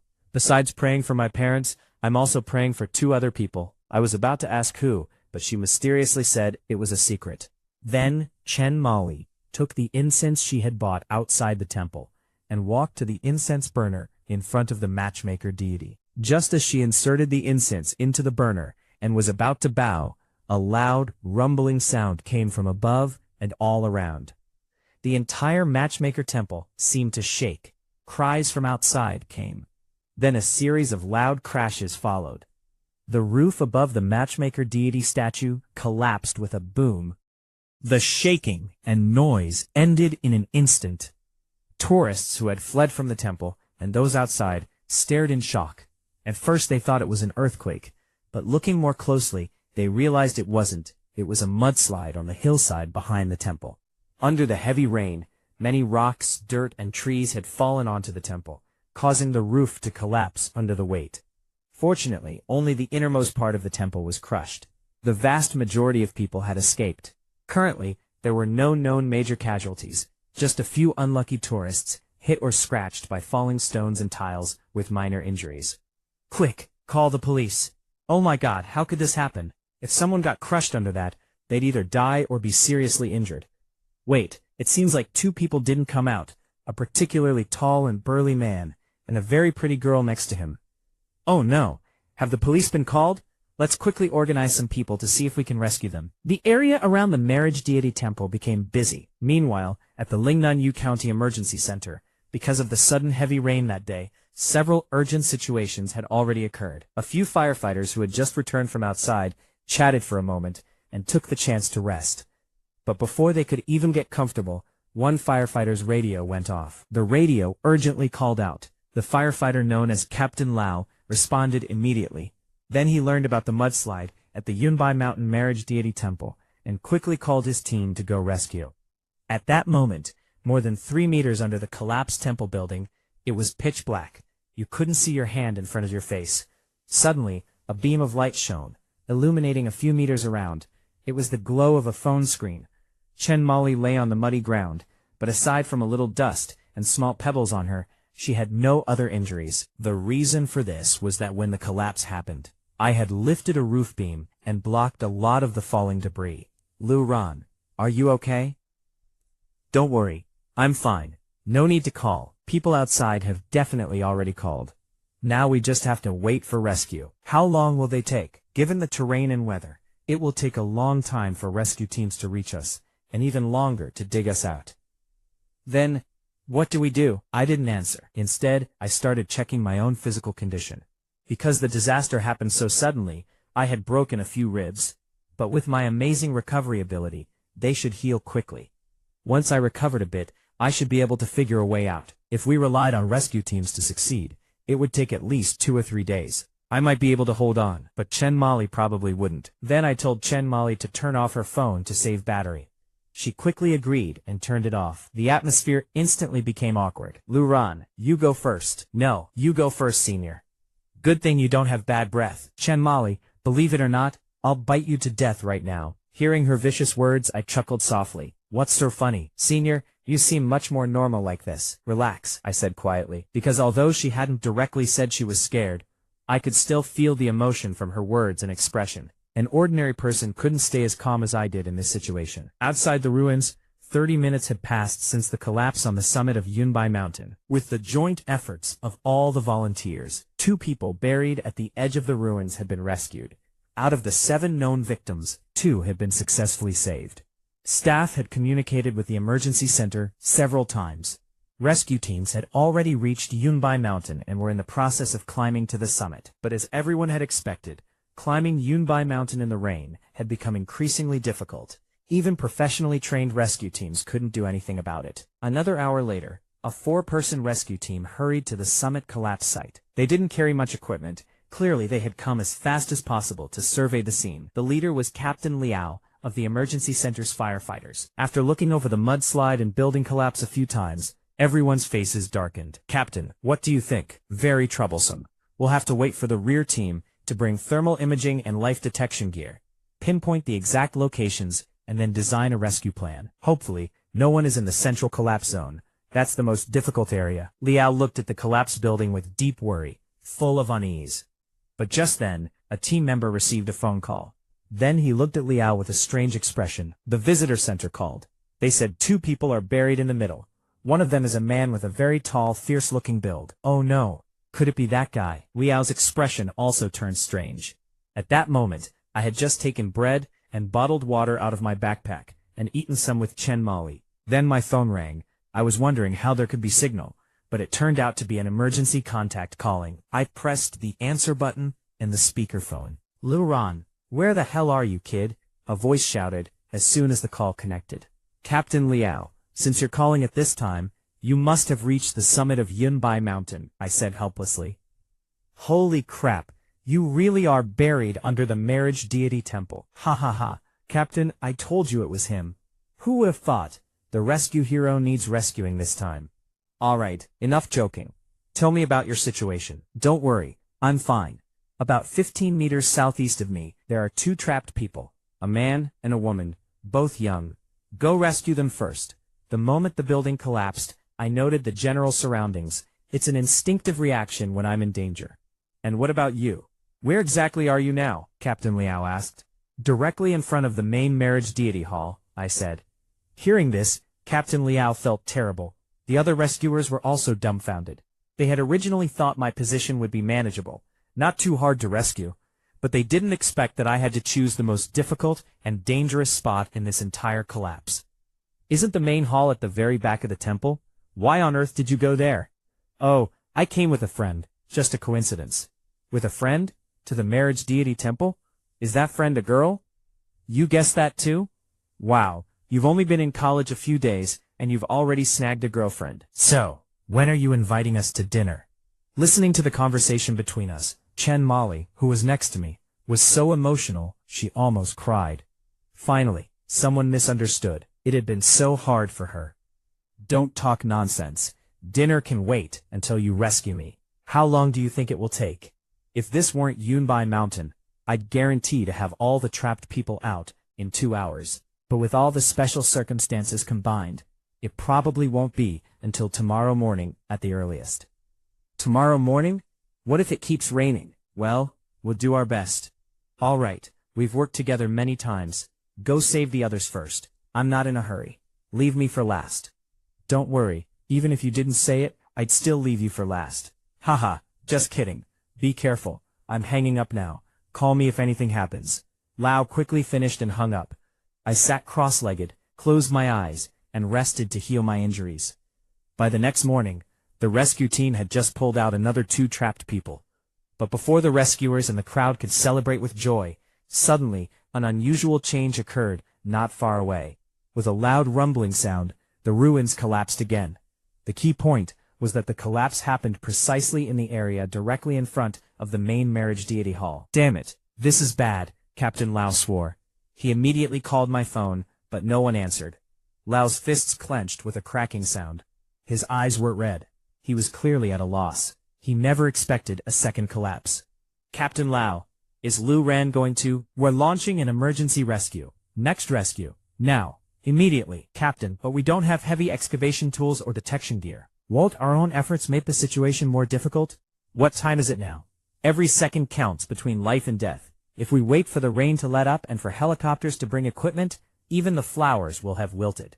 We have no other choice. Besides, there are only those 2 trapped people. We don't have to worry about others. Just do our best to save them." "Have you forgotten who is under the rubble?" The team members froze, then suddenly snapped back to reality. "Right, the person under there is Lu Ran. When there's a flood, I can jump in empty-handed and pull people out. When there's a fire, I pour water on myself and charge in to save people. Even in earthquake rescues, my efficiency alone rivals an entire rescue team. How could a monster like that be trapped by a little collapse? Let's figure something out. Brother Li, dig from this side. Xiao Chen, you dig from that side." But an hour later, the rescue team's progress was not as smooth as they had hoped. Captain Liao was getting anxious. He pulled out his radio to ask how much longer the backup support would take. Just then, a figure rushed straight toward them from down the mountain. Liao's first judgment, it was a woman. His second, she looked somewhat familiar. "Hey, isn't that Captain G from the Ningbai City Bureau? I think we did a joint operation with her a year ago. I remember her well." "Who's in charge here?" the woman demanded loudly. "I am, Captain Liao," he said, straightening up. "Don't waste words. Tell me, where are Lu Ran and the other trapped person?" "Where?" she shouted, her voice cracking. The woman who had rushed to the scene was Ji Meilian. Time went back to 3 days earlier. After learning about the amusement park incident, Ji Meilian had used her connections to gather all my information, from childhood to present, from detailed to simple. She began reviewing it bit by bit. As she looked, her eyes never once narrowed. She read the whole thing with her eyes wide open. Before the age of 14, I was ordinary, just like any normal child. But starting from 14, my life changed completely. I began to frequently do good deeds, from small things like helping people find lost items, to big things like helping the police dismantle criminal organizations. For example, the amusement park gang incident, and the previous capture of an A-level wanted fugitive. She used to think that I had just happened to be there by coincidence. But after reading the information, she realized this was practically my daily routine. After reading, she stared wide-eyed, unable to calm down for a long time. Her own daughter had fallen for someone like this. She didn't know if that was good or bad. But her impression of me had changed completely. This led her not to deliberately investigate the relationship between me and her daughter over the next 2 days. Her daughter was grown up. She thought it over and felt that she had indeed restricted her daughter too much. Loosening up for once might be a good thing. However, the day before the Yunbai Mountain collapse, the City Bureau and District Bureau had held an urgent joint meeting to deal with an extremely Guizhou Tufa Zhongquang. An undercover operative embedded in a criminal gang had suddenly been exposed, with only 1 week left before the final takedown operation. To avoid wasting 3 years of careful planning, the police urgently needed someone to replace the undercover operative. They only needed to last 7 days without being discovered. Yet the meeting had debated all day with no solution. Just as everyone was at a loss, Ji Meilian stood up. Their abilities are definitely on par with Special Forces elites. When faced with questions about the candidate's undercover temperament, Ji Meilian was full of confidence. This person is not from the police, so there's no risk of identity exposure. As for undercover temperament, I don't think anyone is more suitable than them. Ji Meilian kept them guessing. The group had no choice but to agree to let her bring the person back first. The candidate she proposed was none other than me. From the files, this university student's physical fitness was at the level of Special Forces elites. As for temperament, even without any training, thrown directly into a criminal gang, they would look more like a leader than the actual leader. Ji Meilian quickly used my phone signal to locate me and Chen Molly in Lingnan City. Then she snorted lightly and was about to go catch us when she received word of the Yunbai Mountain Marriage Deity Temple collapse. After learning this, she drove as fast as possible toward the summit of Yunbai Mountain in Lingnan City. I asked you, what is the situation with Lu Ran and the other trapped person? Captain Liao didn't know how to answer. He could only quickly pull out his radio to ask the support colleagues down the mountain how much longer they would take. But at that moment, several chunks of debris from the center of the collapse suddenly flew into the air. Then they fell randomly not far away. Then more chunks flew up. Finally, with a loud bang and a huge cloud of dust from the center, a powerful figure leaped several meters into the air, and then landed with a thud, surrounded by smoke and dirt. When the smoke cleared, Captain Liao and his team stared with wide eyes, because that figure was me, holding Chen Molly in my arms. Ji Meilian rushed over excitedly, and directly hugged her daughter. Yan Yan, Mom knew you'd be okay. From now on, Mom will really never push you again. Chen Molly, tightly held by her mother, hearing her words, had tears streaming from her eyes even though she was smiling. Thinking back to the danger she had encountered, without me there was no way she could have escaped on her own. Mom, it's my fault. I don't blame you. On the other side, Captain Liao looked at me in disbelief. Lu Ran, how did you get out? Liao still had an expression of utter incredulity. Captain Liao, do you really think a little collapse like this can trap me? I gave Liao a bear hug. Only after feeling that powerful, suffocating squeeze did Liao finally believe reality. Lu Ran was Lu Ran. The name monster really wasn't just for show. On the other side, mother and daughter had stopped crying. The affection in each other's eyes was clearly much stronger than before. Seeing this, I was happy for them. But if that was the case, the Great Escape side mission had failed, right? I had only collected 3 days of rewards. With a thought, I checked my side mission. But the next second, I was surprised to find that the Great Escape side mission was still in its normal state. No failure notice. Chen Molly had been caught by her mother, so why no failure notice? Did I misunderstand what caught meant, or had I triggered something? I studied it for a few minutes but still had no clue. However, it wasn't a bad thing. As I walked over to Chen Molly, Ji Meilian stepped forward. Just as I thought the strong-willed woman was going to settle accounts with me, Ji Meilian bowed deeply to me. You saved Yan Yan's life. We owe you a huge debt. Without my extraordinary abilities, she would never have seen her daughter again. Auntie, you're too kind. I just did what I had to do. I quickly stepped aside, my eyes avoiding hers. Having run off with Chen Molly, facing her mother now felt a bit strange. But then Jime Lian's next words truly surprised me. Lu Ran, could Auntie come to your home for a visit? My home? What for? You rescued Yan Yan from under the ruins. Can't Auntie come over to thank you properly? At that moment, she was extremely polite to me. If I hadn't seen this woman at the police station, I would have thought I had the wrong person. Yeah, Lu Ran, my luggage is at your place anyway. We can pick it up on the way back. During the earlier conversation with her mother, she had decided to return to university in a couple of days. For her now, being in school was better. I had no objection. Pick up the luggage and leave. At this time of day, I probably wouldn't run into my own mother. I remembered telling quite a few lies to my mom. The three of us rested for a bit and started down the mountain. The view after the rain was beautiful, but each of us was preoccupied with our own thoughts, none of us in the mood to appreciate it. I didn't walk fast. Earlier in the restroom, I had checked my fractured ribs in the mirrors several times and successfully reset them. Now I just needed to avoid strenuous activity and rest a few days for them to gradually heal. Jime Lian and Chen Molly mentioned several times on the way down that they wanted to take me to the hospital. This minor injury didn't need a hospital, but the two women were insistent. They made me go. The three of us took the cable car down the mountain, and Jime Lian drove me to the nearest hospital. After a series of examinations, the hospital's results shocked Jime Lian. I had 5 ribs with varying degrees of fracture, but miraculously, they had already realigned. Now they just needed to heal on their own. Jime Lian glanced at me and sighed inwardly. Truly, a monster's constitution. After the hospital, the next stop was my home. I thought for sure my parents wouldn't be home at this hour, but when I opened the door with my key, I heard a voice from inside. Who is it? Is it Daran and Ling Ling? It was my mother's voice. I was really startled. I didn't expect Mom to be home at this hour. Don't mention anything about the collapse.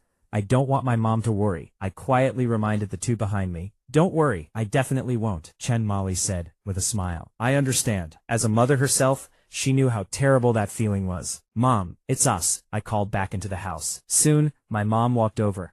She had light makeup on, probably just finished. You two came back just in time. A few more minutes, and I would have been gone. Have you eaten? No? I'll make you something. She stopped mid-sentence when she saw the extra woman in the room. You are? Hello, I'm Ling Ling's mother. Thank you for letting Ling Ling stay at your place these past couple of days. When my mom heard that this woman was Yan Yan's mother, her expression changed in a very unnatural way. So this was the irresponsible woman who divorced and abandoned Yan Yan. Why was she here? Could she be regretting it and wanting to win Yan Yan back? A young girl of only 20. Can she withstand this kind of psychological torment? My mom's eyes narrowed, and she made up her mind. She would test Yan Yan's mother. If the answer wasn't satisfactory, she wouldn't let it go no matter what. Yan Yan had already suffered enough. She really couldn't bear to see her repeat the same mistake. Moreover, this girl was the first one in so many years who had a favorable impression of her son. That made it even more important not to let go easily. Oh, so you're Ling Ling's mother. Ling Ling is doing very well staying with me. She can stay longer. A few more days, a few months, a few years, it's no problem. I won't find it a bother. My mom had a smile on her face, but her eyes were sharp. Seeing my own mom in this mode, I couldn't help but cover my face with my hand and turn away. I was done for. Lying really wasn't a good thing. Mom must have believed that tragic story from a couple of days ago. Now the real person was here. What to do? What to do? On the other side, Jime Lian was completely confused. Why was Lu Ran's mother so hostile toward her? They were clearly meeting for the first time, completely unfamiliar with each other. Lu Ran's mother. Is there some misunderstanding between us? Misunderstanding? How could we have a misunderstanding? So, what exactly are you here for? She also gave Chen Molly a reassuring look, as if to say, Auntie has your back. Chen Molly blinked, full of confusion. Beside her, Jime Lian's smile stiffened. This is still called no misunderstanding? Lu Ran's mother looks like she's guarding against a wolf. She subtly glanced at her own daughter, only to see her daughter making faces and winking at Lu Ran's mother. Who knows what she had said about her, in front of Lu Ran's mother. Lu Ran's mother, I'm just here to take Yan Yan back to school. This child is too naughty. A girl he only knows how to play, Jime Lian said, forcing a smile. Yan Yan's mother, schoolwork is certainly important, but mental health is equally important, my mother said seriously and earnestly. Mei paused for a moment, then nodded emphatically. I understand. It was indeed my fault before, for not considering Yan Yan's feelings. After we go back, I will communicate with her properly. And so, Lu Ran's mother and Chen Molly's mother chatted like that, which left Lu Ran and Chen Molly dumbfounded. Was this the same Captain Ji she knew? Was this the same mother he knew? After more than 10 minutes, the two mothers had talked enough and become quite cordial with each other. Chen Molly then packed her luggage from Lu Ran's room. Lu Ran was quite satisfied with this. Finally, he could send this girl off and rest quietly for a few days. But just as Lu Ran was about to go back to his room to sleep, his mother grabbed him. You brat, where do you think you're going? Mom stared at him suspiciously. I'm going back to sleep. I barely slept last night. I'm exhausted, Lu Ran said with a yawn. Hearing this, Mom slapped him hard on the back. Sleep? Sleep what? Hurry up and pack your things. Go back to school. Mom, why should I go back? I already took several days off. Lu Ran looked confused. Excused? Why did you ask for leave? Military training right now is an important time to build friendly relationships with classmates. Making more friends is good for you. But what she really thought was, Yan Yan is going back to school. Why are you staying home? Such a nice girl, and you're thinking about sleeping? Mom didn't want to see him lazing around at home. Yan Yan's emotions were still unstable. After you go back to school, you two can look after each other. Mom dragged Lu Ran back to pack. Lu Ran's face was full of helplessness. Chen Molly's face was full of secret joy. She thought she wouldn't see Lu Ran for days. Now, it looked like they could see each other every day again. Mom saw all three of them to the door. You brat, take good care of Yan Yan at school. Don't let anyone bully her. Mom whispered a bunch of things into Lu Ran's ear. Lu Ran was used to this scene. Every time he left home, his mother did the same. After the mother-son conversation ended, Mom walked over to Chen Molly and whispered a few words. The two of them laughed and chatted as if discussing something happy, which gave Lu Ran and Mei the illusion that those two were the real mother and daughter. The three got into the car. Lu Ran was pulled into the back seat by Mei and Chen Molly, with the excuse that he was injured and shouldn't drive. Chen Molly had only gotten halfway through her driver's license test, so the task of driving back to Ningbei City fell to Mei. Under her mother's firm gaze, Chen Molly reluctantly chose to sit in the front passenger seat.